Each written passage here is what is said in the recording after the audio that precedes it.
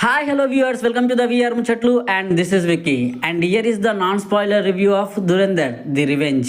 Actually నాకు Sushma DHR దగ్గర but నేను యూజువల్ గా ఏఆర్టీ రవితేజ గారి డిహెచ్ఆర్ అయితే ప్రిపేర్ చేస్తా. సో ఈ మూవీ కూడా అక్కడే చూసాను. సో మూవీ ఎలా అనిపించింది, ఎలా ఉంది అనేది ఇన్ డెప్త్ రివ్యూలో తెలుసుకుందాం. బట్ అంతకంటే ముందు ఒక చిన్న విజ్ఞప్తి, రివ్యూ అనేది నా పర్సనల్ ఒపీనియన్ మాత్రమే. ఎవడి రివ్యూ చూసి మీరు సినిమాకి వెళ్ళొద్దు. మీకు మూవీకి వెళ్ళాలనిపిస్తే ఖచ్చితంగా వెళ్ళండి. అవతల వాడికి మూవీ ఎలా అనిపించింది అనేది చిన్న క్లారిటీ కోసం మాత్రమే రివ్యూ చూడండి. So review is totally my personal opinion. నాకు వ్యక్తిగతంగా ఎలా అనిపించింది, నాకు నచ్చిందా లేదా అనేది మాత్రమే ఈ రివ్యూ. మూవీలోకి వెళ్ళిపోదాం. ఇక మూవీ స్టోరీ ఏంటి అనేది మీకు ఆల్రెడీ తెలిసిందే. సో పార్ట్ 1 చూసారు. సో పార్ట్ 1 ఎక్కడైతే ఎండ్ అయిందో మూవీ అక్కడ నుంచే స్టార్ట్ అయింది. రెహమాన్ అనగా అక్షయ్ గారు చనిపోయిన తర్వాత మన రణ్వీర్ గారు ఎలా సామ్రాజ్యాన్ని అదుపులోకి తీసుకున్నారు, లారీపై పై ఎత్తు కోసం ఎంత పోరు జరిగింది అండ్ మైండ్ గేమ్ ఎలా ఉందనేది ఇప్పుడైతే చూసేద్దాం. మరి మూవీ ఓవరాల్ గా నాకు ఎలా అనిపించింది అంటారా, లాస్ట్ లో చెప్తాను చూడండి. అయితే రణ్వీర్ గారి నటన అయితే చాలా బాగుంది. అండ్ అలాగే ఉగ్రవాదులో ఒక నెట్వర్క్ చూపించడం, ఆ నెట్వర్క్ ని కూల్చివేయడంపై స్టోరీ చాలా బాగా క్రిప్పింగ్ గా వెళ్ళింది. ఇక అజ్మా గతం ఏంటిది అనేది మూవీలో మీరు చూస్తారు. అండ్ అలాగే లారీపై ఎవరిపై ఎత్తు సాగింది అనేది కూడా మీరు చూస్తారు. అండ్ ఆ మైండ్ గేమ్ కూడా చాలా బాగా అనిపించింది. ఇక ఇంటర్వెల్ టెస్ట్ కూడా బాగుంది, చాలా బాగా అనిపించింది. అండ్ క్లైమాక్స్ అయితే డైరెక్టర్ చాలా బాగా డిజైన్ చేసుకున్నారు.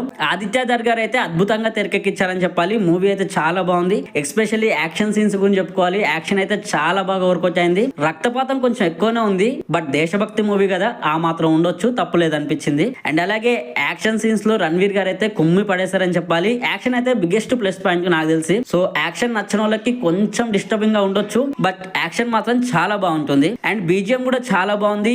అండ్ అలాగే ఆదిత్య ధర్ గారి టేకింగ్ కూడా చాలా బాగా అనిపించింది. ఇక రణ్వీర్ గారి యాక్టింగ్ గురించి చెప్పాల్సిన అవసరం లేదు, పార్ట్ 1 లో ఆల్రెడీ మనం చూసేసాము. ఇక హీరోయిన్ సారా గారి పాత్రకు మాత్రం ప్రాధాన్యత లేదని చెప్పాలి. అలాగే కొన్ని సాగదీశ సీన్స్ అయితే ఉన్నాయి, బట్ పర్లేదు. ఓవరాల్ మూవీ మాత్రం చూడొచ్చు, చాలా బాగా అనిపించింది. ఇక మైనస్ పాయింట్స్ అయితే మాత్రం జస్ట్ ఆ రక్తపాతం సీన్స్ అనే చెప్పాలి. అది కూడా వైలెన్స్ ని ఇష్టపడే వాళ్ళకైతే చాలా బాగా అనిపిస్తుంది, బట్ వైలెన్స్ అంతగా నచ్చదు అనుకునే వాళ్ళకి పర్లేదు, ఇట్స్ వర్క్అవుట్. సో దేశభక్తి మూవీ, అలాగే పాక్ ఇండియా కాబట్టి ఆ మాత్రం రక్తపాతం ఉంటుంది, పర్లేదు. రణ్వీర్ గారి యాక్టింగ్ అయితే చాలా బాగుంది. మూవీ సెటప్ తీసుకుపోయిన విధానం కూడా చాలా బాగా అనిపించింది. కొన్ని ల్యాగ్ సీన్స్ ఉన్నాయి అక్కడెక్కడ, కానీ ఓవరాల్ మూవీ పరంగా చూస్తే మీకు అయితే పర్లేదు అనే ఫీల్ వస్తుంది.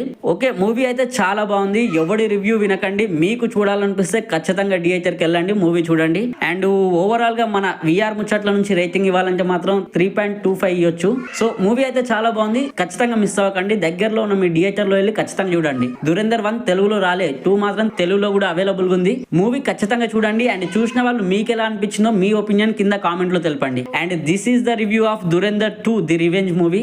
మా వీడియో కనుక మీకు నచ్చితే ఖచ్చితంగా లైక్ చేయండి, షేర్ చేయండి, సబ్స్క్రైబ్ చేయండి. అండ్ మూవీ మీకు ఎలా అనిపించిందో కామెంట్ చేయండి. And this is Vicky signing off VR ముచ్చట్లు.